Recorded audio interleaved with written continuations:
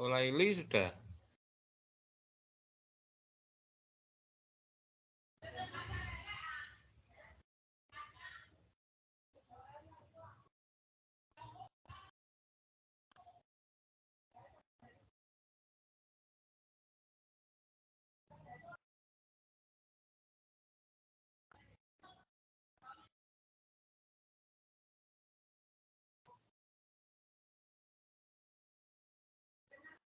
Laili Fitria sudah.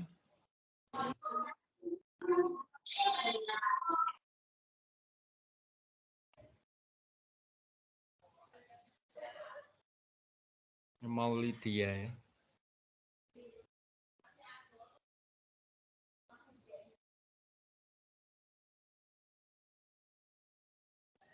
Oke, silakan dimulai. Assalamualaikum warahmatullahi wabarakatuh. Waalaikumsalam warahmatullahi wabarakatuh. Pada kesempatan hari ini, saya, Laili Fitria, akan mempresentasikan membuat bisnis Anda legal.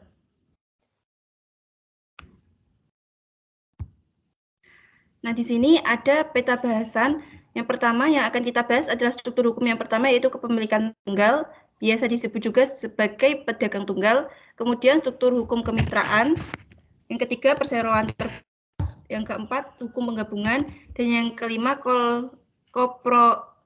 korporasi subbab S. Yang pertama, kepemilikan tunggal.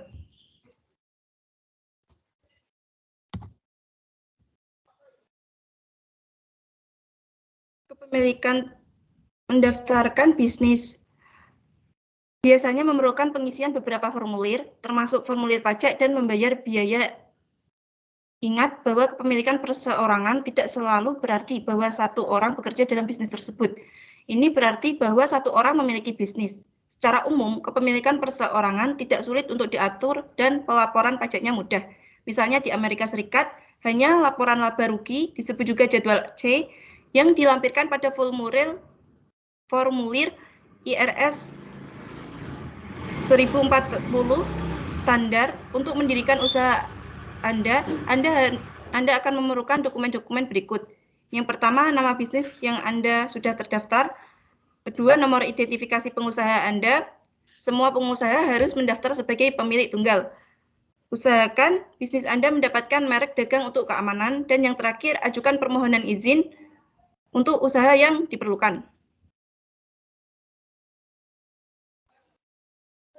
Nah, di sini ada beberapa keuntungan serta kelemahan kepemilikan tunggal. Yang pertama, kelebihan kepemilikan tunggal yaitu struktur pajaknya yang lebih sederhana seperti yang tadi kita bahas. Yang kedua, tidak ada campur tangan dari mitra atau pemegang saham. Dan yang terakhir, dokumen hukum minimal. Kemudian kelemahan kepemilikan tunggal. Yang pertama, pinjaman hanya dapat diperoleh berdasarkan reputasi dan jaminan. Yang kedua, kreditor dan investor dapat mengejar aset pribadi pemilik, yaitu semua milik pribadi pemilik yang dapat disita untuk menutupi hutang. Yang ketiga, ada sedikit manfaat pajak. Banyak pengeluaran tidak dapat dihapuskan. Yang keempat, keuangan bisnis dan pribadi dapat dicampur menjadi satu yang dapat menimbulkan masalah. Dan yang terakhir, bisnis bisa sulit dijual karena otak dan pengalaman di balik pemilik yang tidak bisa dijual.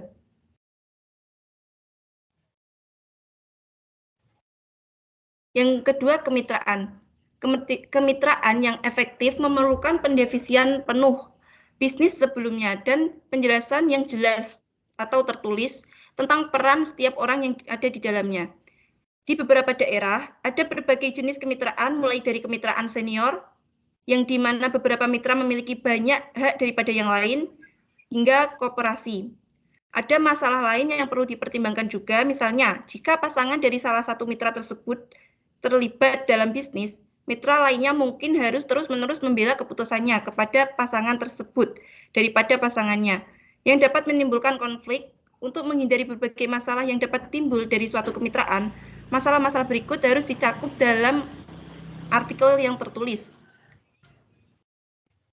yaitu tanggal kemitraan dibentuk, kedua, nama, dana, alamat, tempat tinggal masing-masing pasangan, yang ketiga, uraian lengkap tentang tujuan bisnis, Yang kelima, yang keempat, jumlah dan jenis investasi masing-masing sekutu. Yang kelima, tanggung jawab dan peran masing-masing pasangan. Keenam, pengaturan untung dan rugi bagi mitra kerja. Yang ketujuh, rencana yang menyatakan bagaimana aset didistribusikan setelah bisnis dibubarkan. Serta yang terakhir, ketentuan yang menyatakan bagaimana yang akan terjadi jika pasangan memutuskan untuk pergi, dipaksa keluar, atau meninggal dunia. Nah, berikut ada beberapa keuntungan dan kerugian dari kemitraan. Keuntungannya yaitu pertama, formulir hukum yang sederhana, kedua, struktur pajak sederhana, yang ketiga, resiko keuangan terbatas untuk setiap mitra jika ada. Melalui perjanjian mitra terbatas, jumlah yang dapat hilang secara hukum dari di dalam bisnis. Nah, kelebihannya yang pertama, bertanggung jawab atas tindakan pihak lain.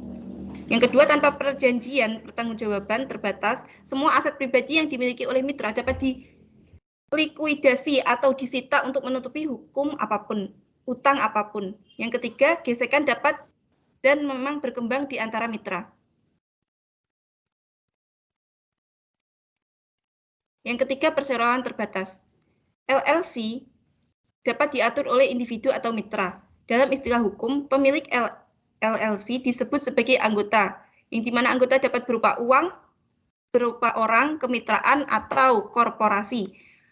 Manfaat utama dari LLC adalah seperti korporasi, pemilik perusahaan dilindungi dari tanggung jawab pribadi sehubungan dengan hutang dan klaim bisnis.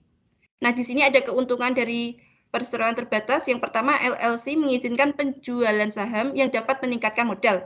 Yang kedua, anggota LLC dilindungi secara pribadi dari tuntutan hukum yang mencari aset perusahaan. Yang ketiga, struktur pajak sederhana, pemilik dapat melaporkan keuntungan dan kerugian pada formulir pajak mereka sendiri. Yang keempat, anggota LLC menentukan distribusi dan cara membagi keuntungan, tidak seperti koperasi yang cara pembagiannya diatur oleh undang-undang.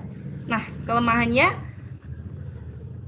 yang pertama, kehilangan seluruh investasinya karena kreditur tidak dapat mengejar aset pribadi pemilik. Yang kedua, formulir anggaran organisasi harus diisi dan diajukan. Yang ketiga, ada banyak dokumen yang terlibat dalam penjualan saham. Yang keempat, dibandingkan dengan korporasi, LLC tidak dapat menghapuskan banyak manfaat.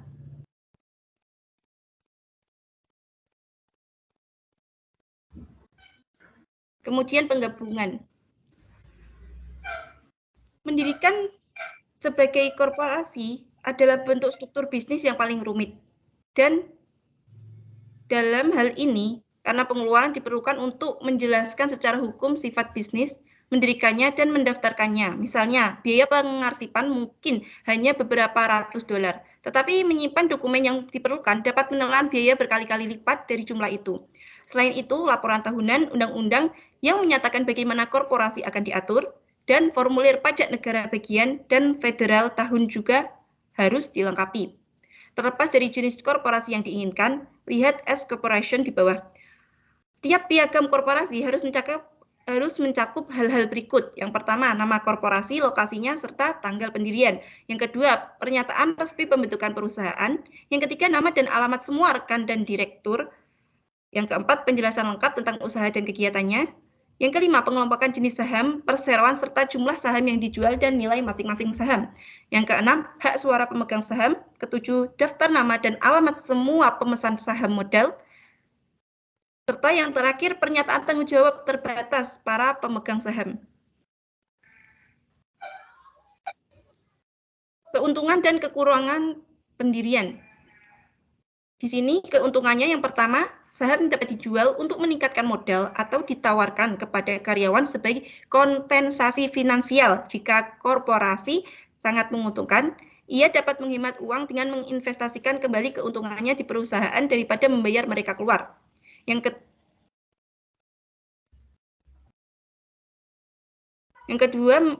ketiga, memiliki huruf LNC setelah nama perusahaan menunjukkan pengaruh. Yang keempat, beberapa perusahaan hanya akan melakukan bisnis dengan korporasi karena masalah kewajiban. Yang kelima, tidak ada risiko tanggung jawab pribadi jika seseorang menggugat bisnis tersebut. Yang keenam, keuntungan dapat digunakan untuk manfaat kesehatan. Nah, Di sini juga tertera juga kekurangannya. Yang pertama yaitu inkorporasi mahal, karena biasanya membutuhkan pengetahuan dan keterampilan seorang pengacara untuk menyelesaikan semua dokumen. Yang kedua, laba yang tidak ditahan atau diinvestasikan kembali dikenakan pajak-pajak, demikian juga laba yang digunakan untuk membayar gaji dan upah. Jika pemilik tidak memiliki mayoritas saham di suatu perusahaan, dia mungkin kehilangan kendali itu.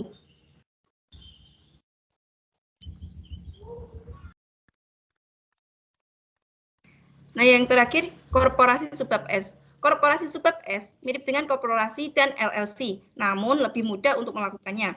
Menjual saham di S Corporation daripada LLC, namun berbeda utama antara korporasi S dan korporasi biasa adalah bahwa korporasi S tidak harus membayar pajak perusahaan.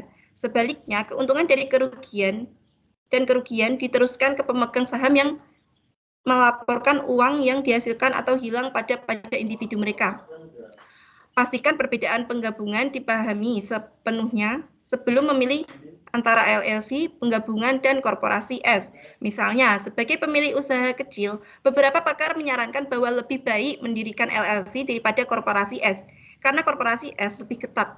Sumber lain mengklaim bahwa korporasi S adalah pilihan yang lebih baik bagi mereka yang hampir pensiun karena pendapatan dapat diklasifikasikan sebagai dividen, hubungan pengacara, akuntan, atau otoritas pajak untuk menentukan opsi terbaik. Nah, di sini ada keuntungan S Corporation. Yang pertama, lebih mudah untuk menjual saham di S Corporation. Yang kedua, pajak perusahaan tidak dibayar. Dan serta kelemahan S Corporation, yang pertama dibutuhkan 2 orang atau lebih untuk membentuk korporasi S, investor atau mitra, tidak dapat mengejar aset pribadi pemilik korporasi jika bisnisnya gagal. Yang kedua, pemilik korporasi S dikompensasi secara finansial dengan proporsi saham mereka sendiri, bukan dengan kemitraan. Tetap hukum, tetap legal, atau tetap mengikuti hukum. Di seluruh dunia, diktum ini digunakan sepenuhnya secara legal. Dalam istilah awam, ini berarti bahwa setiap kota atau kota memiliki ratusan, bahkan ribuan undang-undang yang berkaitan dengan menjalankan bisnis dan pengusaha bertanggung jawab untuk mematuhi semuanya. Kegagalan untuk melakukan dapat mengakibatkan denda besar, tuntutan hukum, atau hari mahal di pengadilan.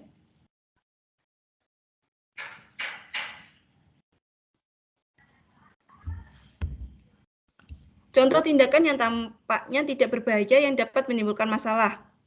Pertama, posting tanda atau menampilkan lampu. Kedua, menempatkan meja atau kursi di luar restoran yang seringkali memerlukan lisensi khusus. Yang ketiga, mengkooperasikan tempat tidur dan sarapan yang melebihi jumlah tempat tidur tertentu. Sertifikat kebakaran diperlukan.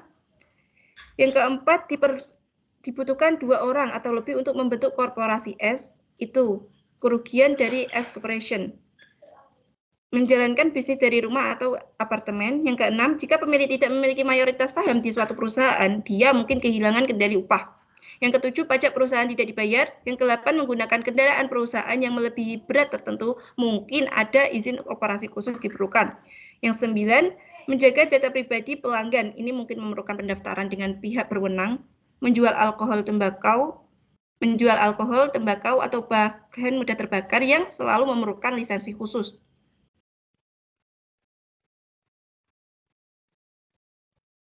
Nah, berikut adalah saran dari Pro. Yang pertama, saat memilih mitra bisnis, pilih seseorang yang kekuatannya mengimbangi kelemahan dan kekurangan kita. Yang kedua, hindari mencoba menghemat uang dengan mendaftarkan bisnis di kota, negara bagian, atau negara tempat biaya pendaftaran yang lebih murah. Karena hal ini biasanya menyebabkan harus membayar biaya pendaftaran yang kedua. Contohnya di wilayah bisnis di wilayah di Amerika Serikat. Yang ketiga, berhati-hatilah dalam mendirikan bisnis di luar negeri. Seringkali sangat sulit bagi orang untuk memulai bisnis di negara yang bukan penduduk resminya. Dokumen, birokrasi, dan pengumpulan biaya bisa menjadi mimpi buruk.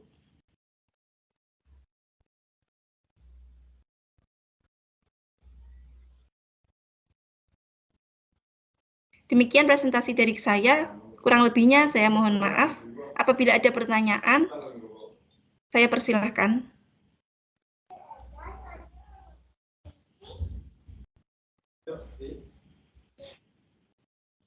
Silakan diskusi, Rudi.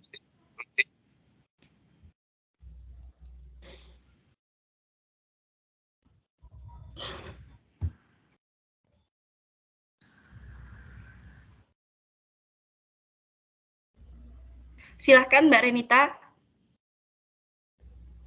Oke, baik, terima kasih kesempatannya pada hari ini.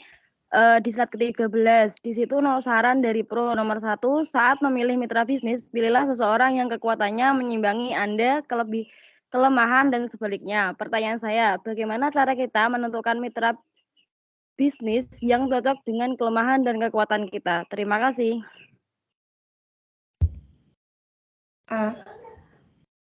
Baik, saya terima pertanyaannya dari Mbak Renita. Untuk memilih mitra bisnis, kita harus melakukan analisis menyeluruh tentang kelebihan dan kekurangan dari kemitraan bisnis. Mulailah dengan melihat semua potensi keuntungan yang mungkin bisa Anda dapatkan. Mitra bisnis bisa memberikan banyak manfaat untuk bisnis kita. Misalnya, membatasi kesenjangan dalam hal pengetahuan dan keahlian.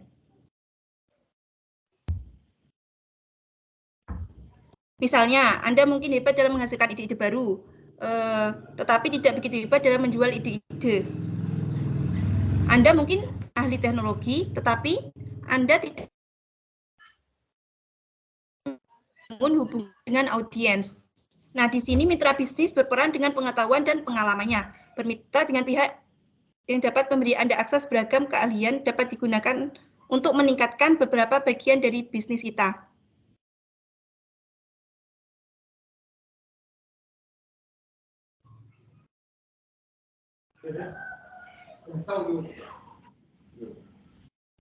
Baik, Mbak, terima kasih. Oke, Rudi. Ya, itu Rudi juga tandaan, angkat tangan. Rudi. Silahkan, Mas Rudi. Ya, terima kasih. Saya ingin bertanya, Mbak, terkait tentang slide ini korporasi subbab S. Nah, di situ disebutkan bahwa perbedaan utama antara korporasi S dengan korporasi biasa itu adalah bahwa korporasi S itu tidak harus membayar pajak perusahaan. Nah, bisa dijelaskan alasannya mengapa korporasi subbab S itu tidak diwajibkan membayar pajak, itu alasannya kenapa? Terima kasih.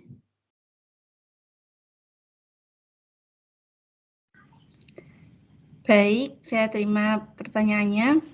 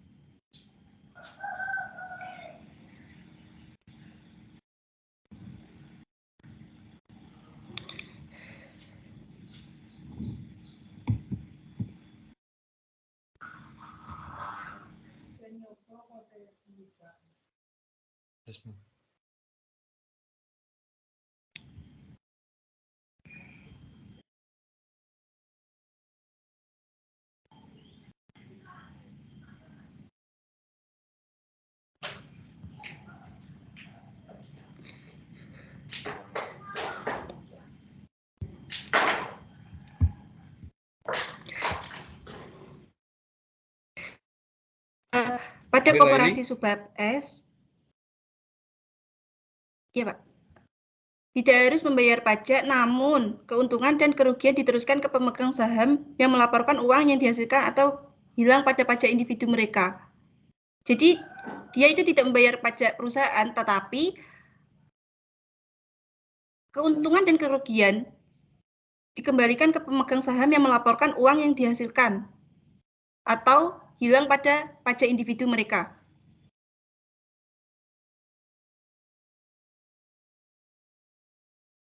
Nah, maksudnya itu bagaimana? Kenapa kok korporasi S itu tidak harus membayar pajak, Mbak? Kan untuk korporasi biasa itu membayar pajak, tapi untuk korporasi S itu tidak membayar pajak.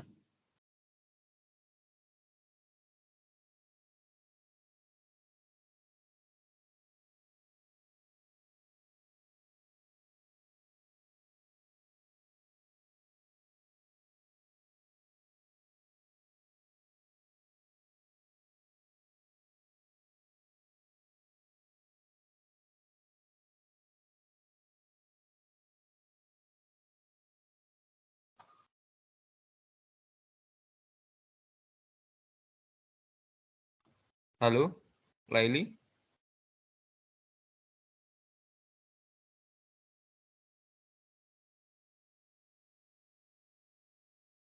Halo, Ruth?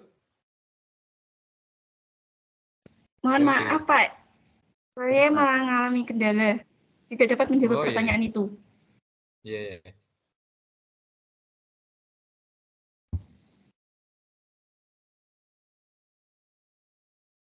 Oke, silakan ditutup kalau gitu. Dilanjutkan ke peserta yang berikutnya. Baik, saya tutup presentasi saya pada kali ini. Kurang lebihnya saya mohon maaf. Demikian, wassalamualaikum warahmatullahi wabarakatuh. Waalaikumsalam warahmatullahi Waalaikumsalam wabarakatuh. warahmatullahi wabarakatuh.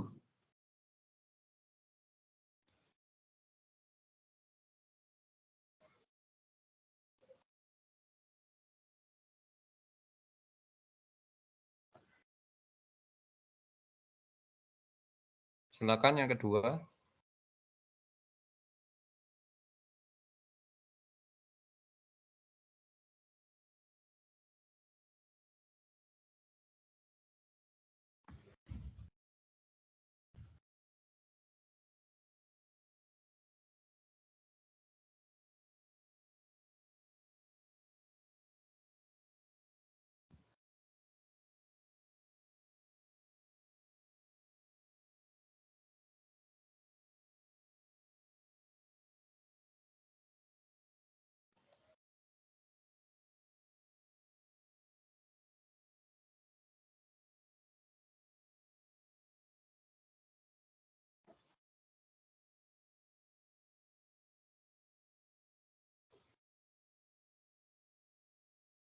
Oke, bisa dimulai, sudah tampak.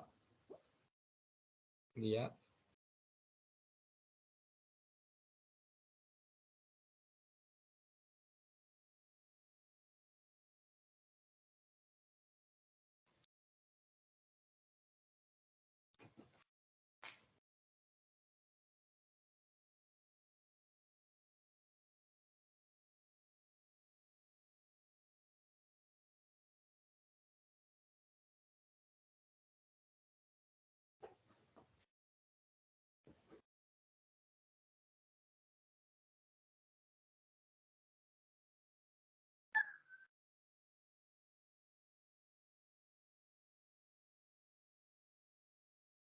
Silakan dimulai, Lia.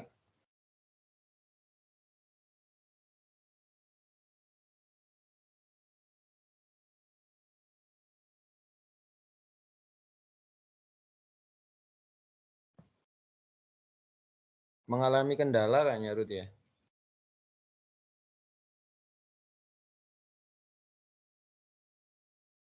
Iya, Pak.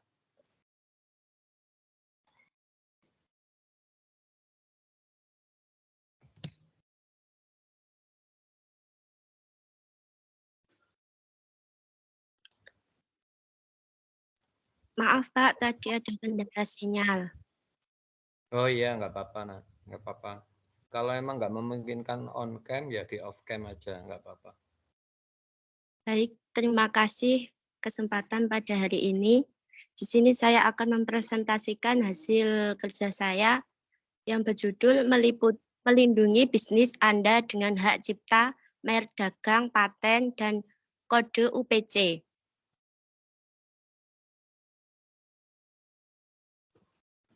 Hak cipta. Hak cipta dilindungi untuk melindungi pencipta karya asli, seni, akademik, atau sastra dia format, tulis, gambar, atau petunjuk.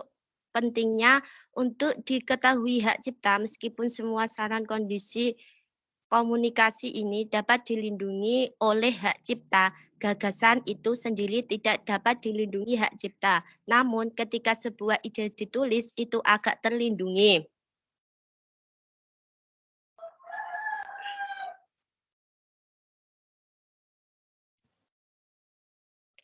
Keuntungan tambahan dari mendaftarkan karya asli hak cipta meliputi 1. Memberikan catatan publik yang menyatakan siapa pemilik hak cipta. 2. Menawarkan bantuan dalam memberikan bukti pemilik atau pencipta asli. 3. Memberikan kendali atas karya turunan apapun berdasarkan materi berhak cipta. 4. Menawarkan perlindungan terhadap salinan impor suatu karya agar tidak masuk ke negara asal untuk dijual dengan menyamar sebagai karya orang lain. Merek dagang.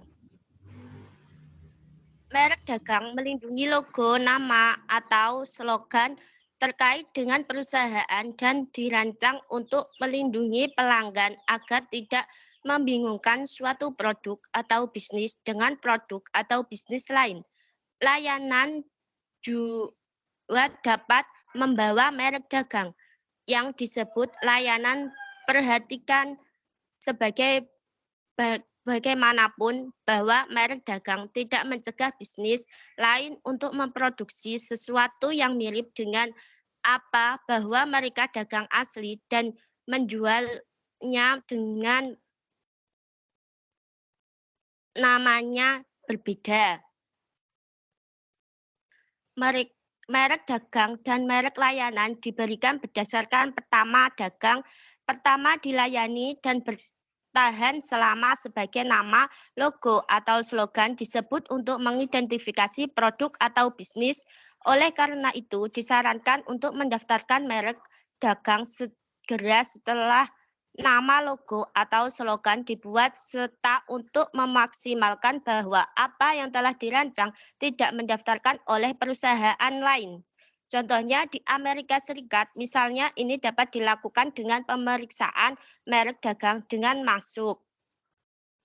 Apakah merek dagang atau merek layanan digunakan? Nama yang dilindungi harus diklaim sebagai tidak terpisahkan dari deskripsi tujuan tambahan.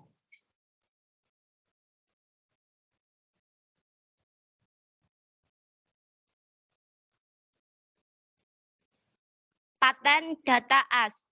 Paten melindungi penemuan tetap dan unik yang mengubah bidang usaha. Paten tidak melindungi ide, sarana, atau cara berbisnis. Tujuan paten adalah untuk melindungi hak untuk memproduksi atau memproduksi suatu produk dan memberikan kemampuan untuk menghentikan produksi atau pembuatan produk tersebut oleh pihak lain.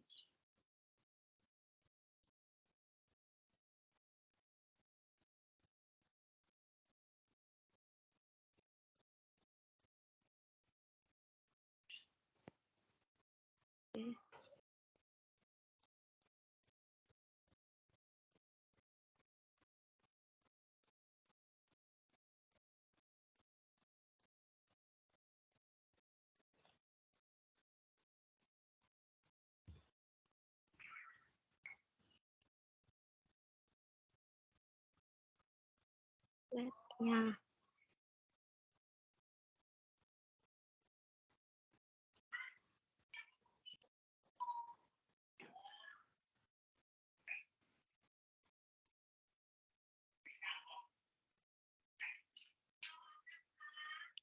Ada 4 kategori paten, masing-masing dengan variasi yang secara umum sebagai berikut. 1. Paten desain melindungi penampilan luar. 2. Paten tumbuhan melindungi bentuk tumbuhan baru yang telah diproduksi secara artifisial. 3. Paten sementara melalui proses paten. Paten sementara berlaku selama 1 tahun dan nyatakan bahwa paten tertunda sementara berlangsung memutuskan apakah akan mengejar paten penuh atau tidak. 4. Utilitas paten meliputi penemuan atau inovasi yang dianggap unik dan fungsional dan yang masuk ke dalam salah satu dari 5 kategori.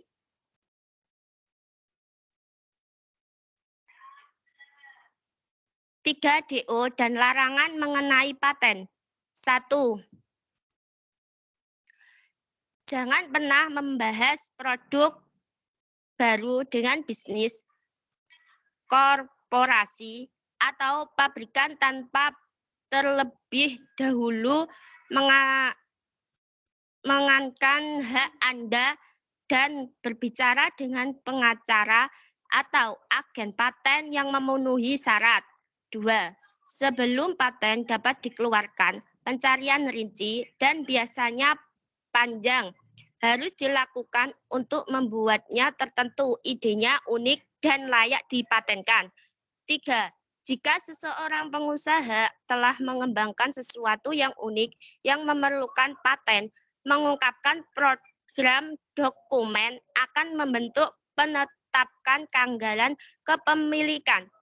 Tidak beda dengan hak cipta terdaftar untuk melindungi hak yang selama proses paten. Memperoleh nomor UPC dan barcode untuk produk Anda.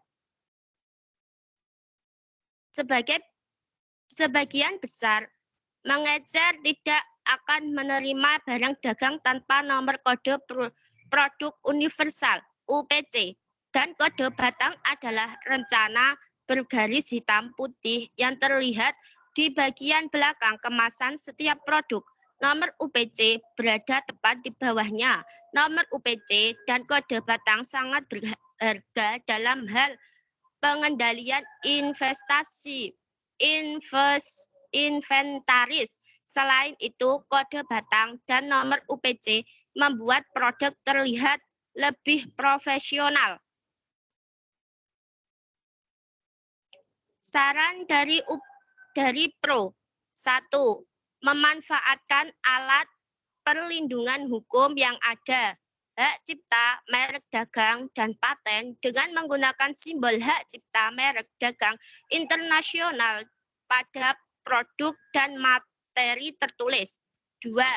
Saat mendapatkan paten, bekerja sama dengan profesional untuk memastikan bahwa ide dan nilai tidak dipermudah. 3. Jika Anda memiliki ide bisnis yang hebat dan mengandalkan keunikannya untuk meningkatkan potensi keuangannya. Terima kasih. Bila ada yang mau dipertanyakan, silahkan.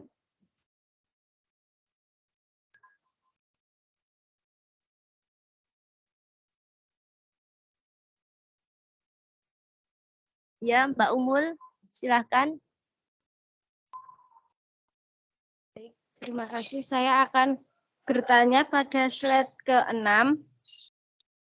Ya. Ada 4 kategori paten. Yang nomor 4 itu ada utilitas paten meliputi penemuan atau inovasi yang dia anggap unik dan fungsional dan yang masuk ke dalam salah satu dari 5 kategori. Nah, apa saja dari 5 kategori tersebut? Ya, Mbak Umul.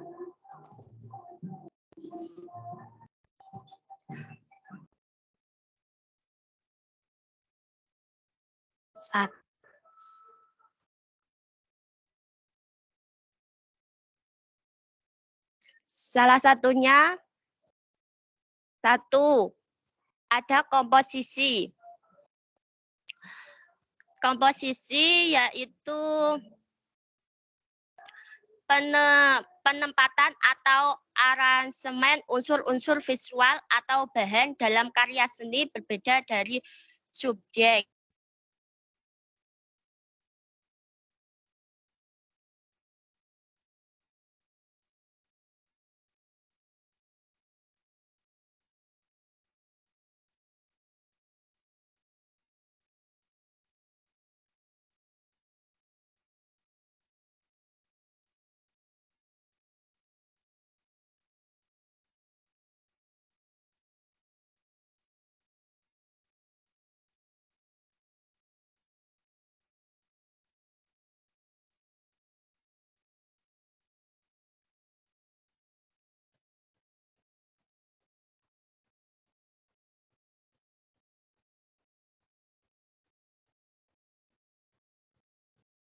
Halo, Lia.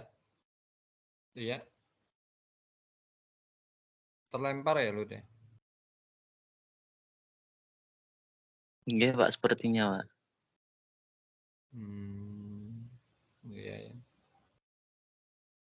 Coba kita tunggu sebentar. Emang kendala sinyal kayaknya.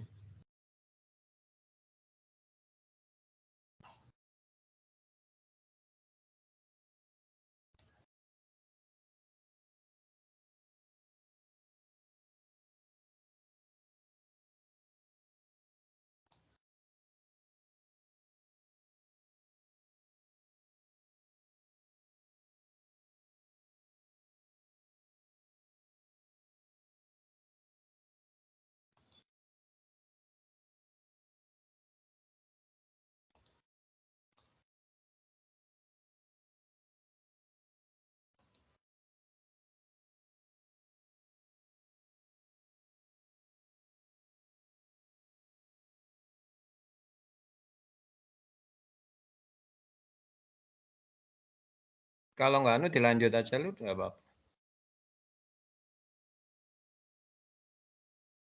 Halo. Maaf, tadi tiba-tiba keluar sendiri, Pak. Iya, nggak apa-apa, Nak. Nggak apa-apa. Nggak apa-apa, lihat. Tadi, Silakan. bentar, Pak ya. Satu di antaranya ada 5. Salah satunya komposisi. Komposisi yaitu penempatan atau arsemen unsur-unsur visual atau bahan dalam karya seni berbeda dari subjeknya. 2. Perbaikan. Perbaikan yaitu tindakan untuk mengambil sesuatu ke kondisi yang lebih baik untuk mendekati baru dengan mengubah, memperbaiki, atau mengganti bagian tertentu. 3. Mesin. Mesin yaitu alat yang dibuat untuk memproduksi kerjanya kepada perubahan dua bentuk energi pada suatu sistem tertentu. 4. Manufaktur. Manufaktur yaitu proses pengelolaan suatu usaha mengubah bahan. Yang terakhir, proses. Proses yaitu runtunan perubahan peristiwa dalam perkembangan sesuatu. Gimana, Mbak Umul?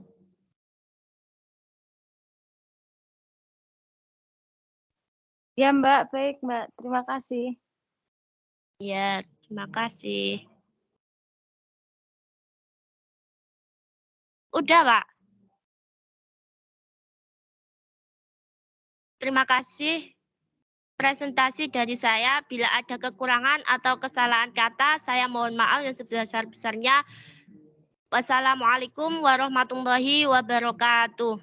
Waalaikumsalam warahmatullahi wabarakatuh. Silakan selanjutnya.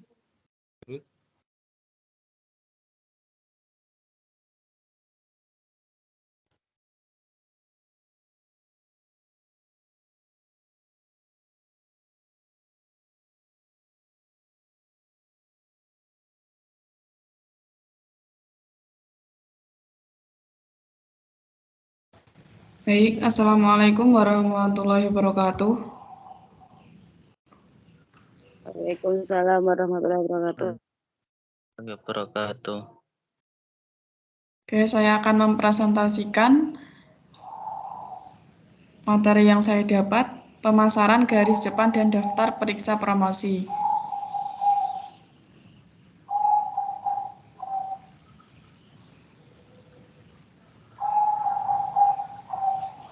Selanjutnya, Mas.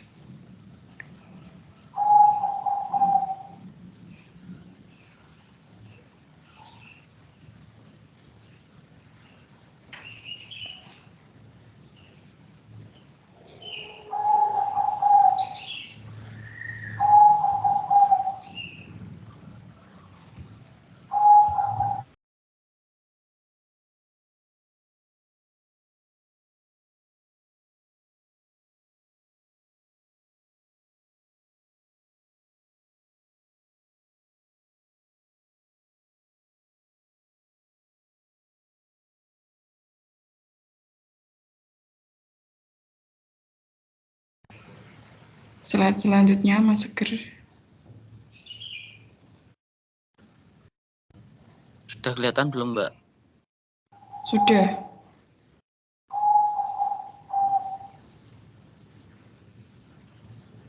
Yang slide sudah. Yang slide keduanya belum. Layarnya gelap gulita. Soalnya di saya enggak bisa muncul, Mbak. Ya, itu slide-nya keterangannya kok 0 dari 0. Nggak ada itu kayaknya.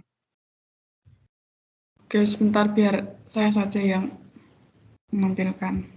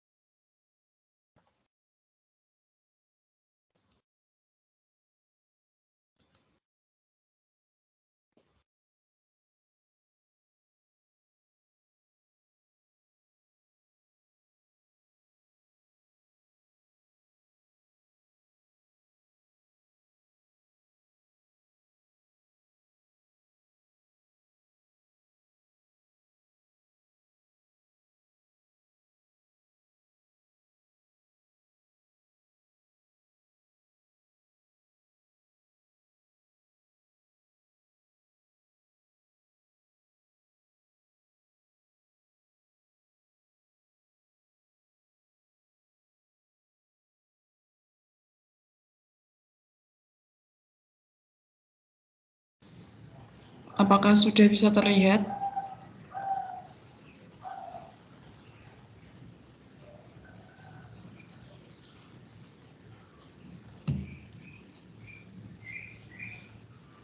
Sama seperti tadi, nggak ada fotonya, Mbak. Nggak ada. Itu.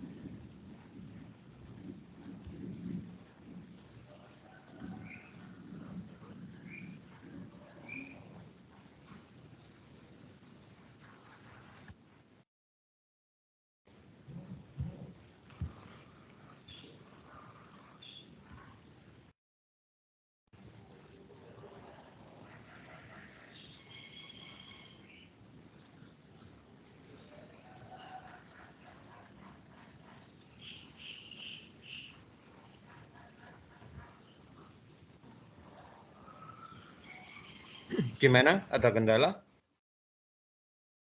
Masih ada kendala, Pak. Kalau Hmm. mau dilanjut teman yang lain dulu boleh. Oh iya ya. Nah, lanjut dulu, Ruth, biar mengkondisikan.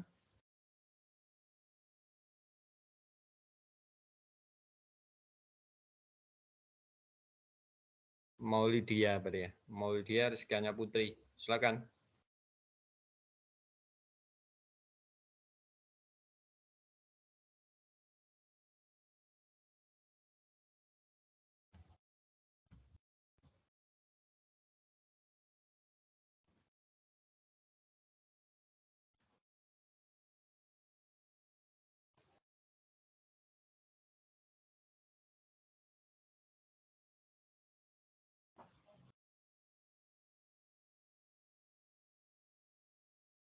Oke, sudah terlihat. Silakan.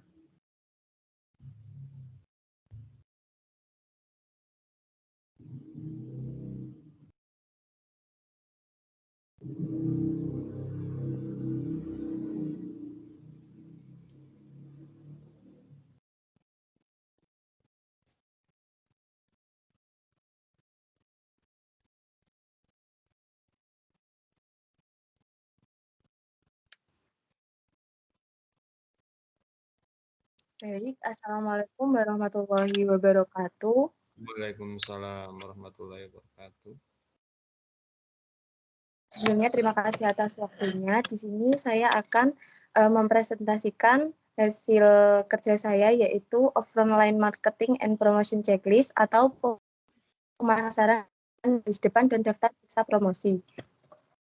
Selanjutnya, Mas.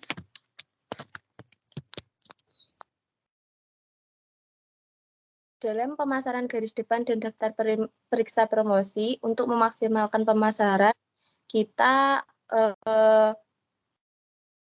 dapat dibagi menjadi 3, yaitu yang pertama in-house marketing atau pemasaran di dalam toko, yang kedua out-house marketing atau pemasaran di luar toko, dan yang ketiga suggestion atau saran. Yang pertama yaitu in-house marketing atau pemasaran yang dilakukan di dalam bisnis. Dalam promosi di dalam bisnis meliputi 4 poin, yaitu yang pertama point of sale area atau area titik penjualan. Area titik penjualan adalah tempat arus pelanggan maksimum yang akan terjadi. Dan untuk memastikan arus titik penjualan yang damai, informatif, dan lingkungan penjualan yang profesional, kita membutuhkan yang pertama, ruang yang memadai. Ruang yang memadai untuk memungkinkan presentasi produk yang dijual secara efisien. Yang kedua yaitu layanan. Layanan yang akan meminimalkan penundaan dan antrian. Yang ketiga, kebersihan toko. Unit display yang bersih dan penerangan yang baik memungkinkan pelanggan memeriksa produk dengan santai dan keadaan lebih kondusif.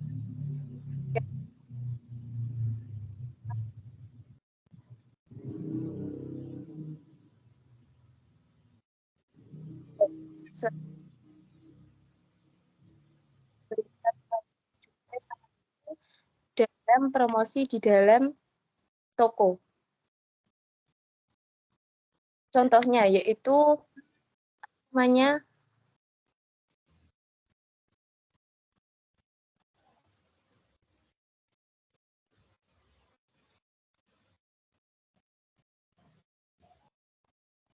yaitu area bersih setelah digunakan. Biasanya kan kita menyediakan makanan, contoh makan kalau di warung-warung itu yaitu pemakanan di tempat.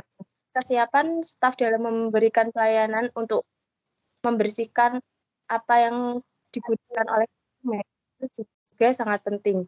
Dan yang selanjutnya yaitu pemilihan warna dan cat pada toko. Warna dan musik latar yang menyenangkan akan sesuai dengan citra bisnis yang akan kita berikan.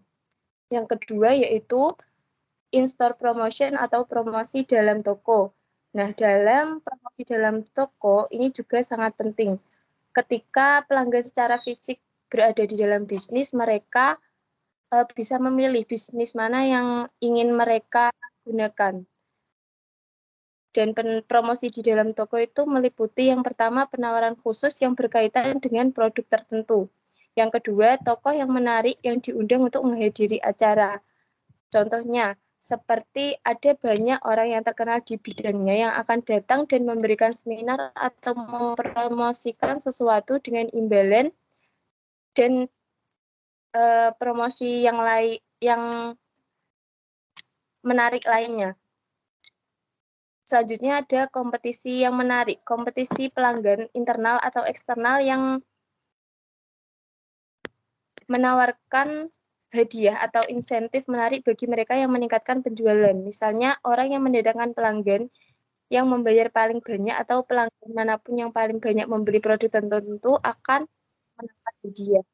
Dan yang selanjutnya ada barang dagangan yang dipajang dan penyediaan literatur promosi. Barang dagangan yang dipajang dengan logo bisnis seperti gantungan kunci, cangkir kopi, kaos oblong, dan lain sebagainya juga dapat digunakan untuk hadiah. Dan penyediaan literatur promosi yang memadai itu seperti selebaran atau brosur dan kupon yang di dalamnya itu ada logo bisnis yang kita jual. Selanjutnya in-store advertising atau periklanan di toko. Periklanan di toko ini tempat di mana calon pelanggan paling dihargai di dalam bisnis. Begitu mereka ada di sini, lingkungan bisnis secara maksimal dengan akan mengevaluasi hal-hal berikut. Salah satunya yaitu seragam staf yang rapi. Seragam staf yang rapi, bersih, dan enak dipandang akan menarik pelanggan atau konsumen secara maksimal. Yang kedua, tampilan profesional untuk mempromosikan produk. Seperti kita melakukan layanan, promosi, dan penawaran yang menarik. Dan area staf kerja yang lengkap. Itu contohnya apa yang dikirimkan bisnis jika contohnya misalnya di kantor itu harus ada ruang beribadah, terus kantin atau ruang istirahat dan lain sebagainya. Selanjutnya outhouse marketing. Slide selanjutnya Mas Rudi. Nah, selanjutnya outhouse marketing atau pemasaran di luar toko. Nah, pemasaran di luar toko ini meliputi 4, yaitu yang pertama unique selling point atau nilai jual yang unik. Kita dapat memanfaatkan apa yang membedakan produk yang kita jual dengan yang lain, yaitu contohnya dengan cara apakah staf yang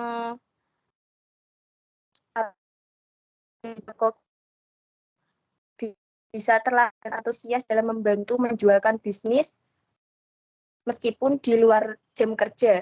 Yang kedua, apakah kita memiliki juara atau pemenang penghargaan? Apakah bisa disebutkan di dalam iklan saat kita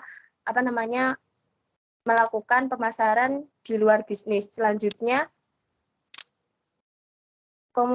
community relation atau hubungan masyarakat, yaitu untuk melihat apakah bisnis berpartisipasi dalam hal yang berkaitan.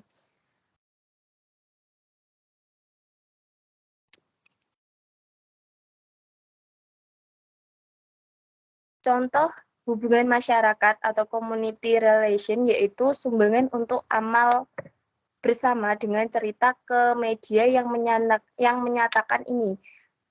Yang kedua yaitu pengembangan hubungan baik dengan pemilik media lokal. Yang ketiga yaitu pengenalan produk atau layanan kepada komunitas lokal yang membutuhkan. Misalnya fasilitas klub kesehatan yang dapat disediakan itu biasanya kan seperti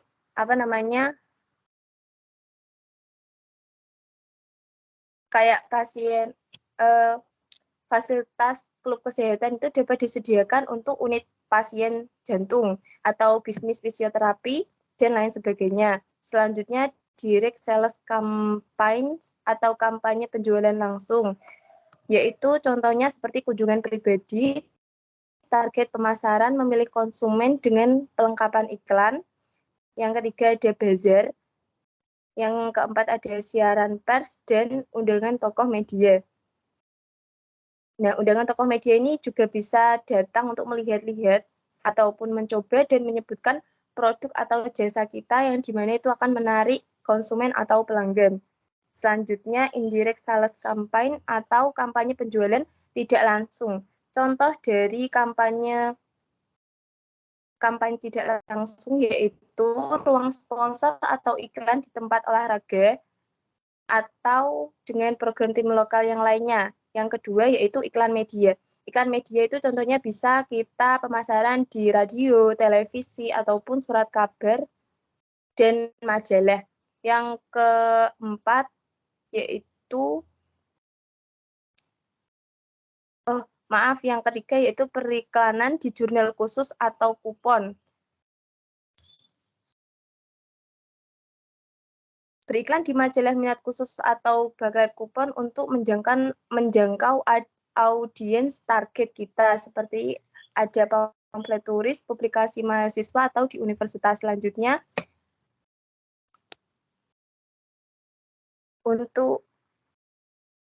Selanjutnya, yaitu yang ketiga suggestion atau saran untuk memastikan upaya pemasaran memperoleh hasil. Dalam hal ini kita bisa meminta saran kepada konsumen tentang produk atau barang yang telah dibeli.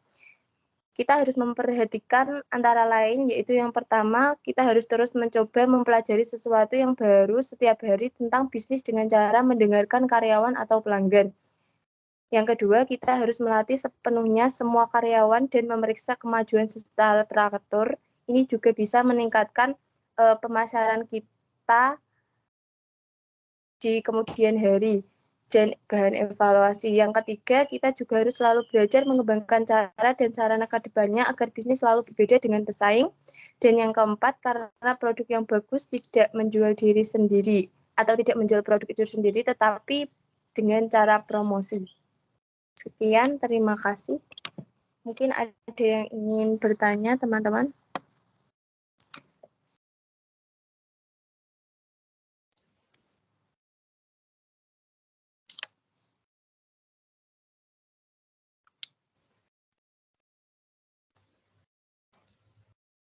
Baik, Mbak Rulian, jadi bertanya.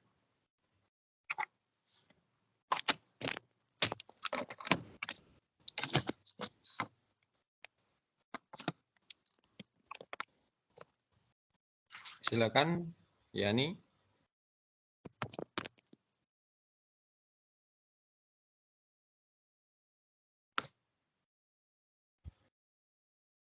Ruliani. Silakan. Iya, Mbak, Pak. Apakah suara saya sudah terdengar, Pak? Sudah. Ya, saya mau bertanya yang tentang itu tadi, Mbak, in-house marketing. Nah, itu kan ada yang 6 poin number terakhir, yang mana mengatakan pengenalan insentif, penawaran diskon yang menarik, memberikan kesempatan pelatihan yang efektif bagi karyawan. Pelatihan seperti apa yang diterapkan dalam sebuah house marketing itu, Mbak? Terima kasih.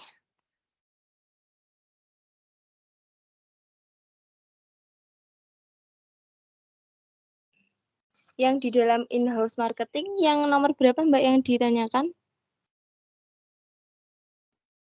Yang poin terakhir, Mbak. Yang internal public relation. Iya, Mbak. Yang ditanyakan yang bagaimananya, Mbak?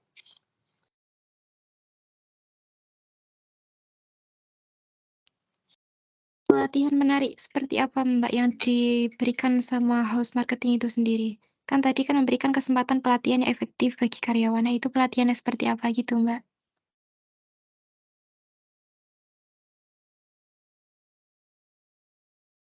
Nah, izin menjawab, untuk memberikan kesempatan pelatihan yang efektif bagi karyawan itu contohnya kita bisa memberikan karyawan menghadiri seminar atau kuliah atau lokar karya untuk pertumbuhan pribadi. Nah, di mana dari seminar itu nanti bisa dikembangkan apa yang ada di dalam diri karyawan kita untuk kedepannya. Kan pastinya kalau kita di dalam seminar itu kita diberikan materi ya Mbak ya. Nah, nanti itu bisa kita serap dan bisa untuk bahan memajukan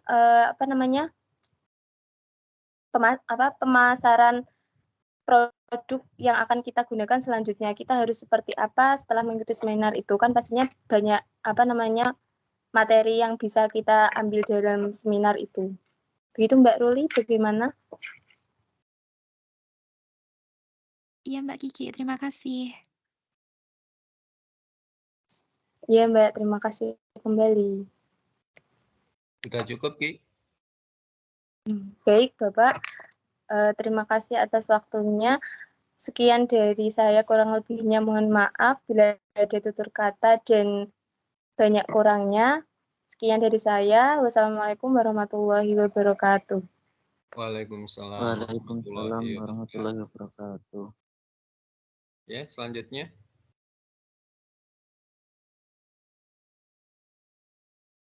Mohon maaf Pak, untuk Lu'atul Fu'ada sepertinya enggak bisa presentasi hari ini Pak. Oh iya, nggak apa-apa. Berarti cukup hari ini. Nggih Pak. Ya ditutup nak. Silakan ditutup Ruth. Terima kasih untuk teman-teman yang sudah berpartisipasi pada perkuliahan pagi hari ini. Semoga apa yang kita pelajari pada pertemuan hari ini bermanfaat. Cukup dari saya. Wassalamualaikum warahmatullahi wabarakatuh. Waalaikumsalam warahmatullahi wabarakatuh. Ya, kita ketemu lagi insya Allah minggu depan ya. Minggu depan di hari Sabtu juga. Terima kasih. Wassalamualaikum warahmatullahi wabarakatuh. Terima kasih anak-anak. Selamat liburan. Waalaikumsalam warahmatullahi wabarakatuh.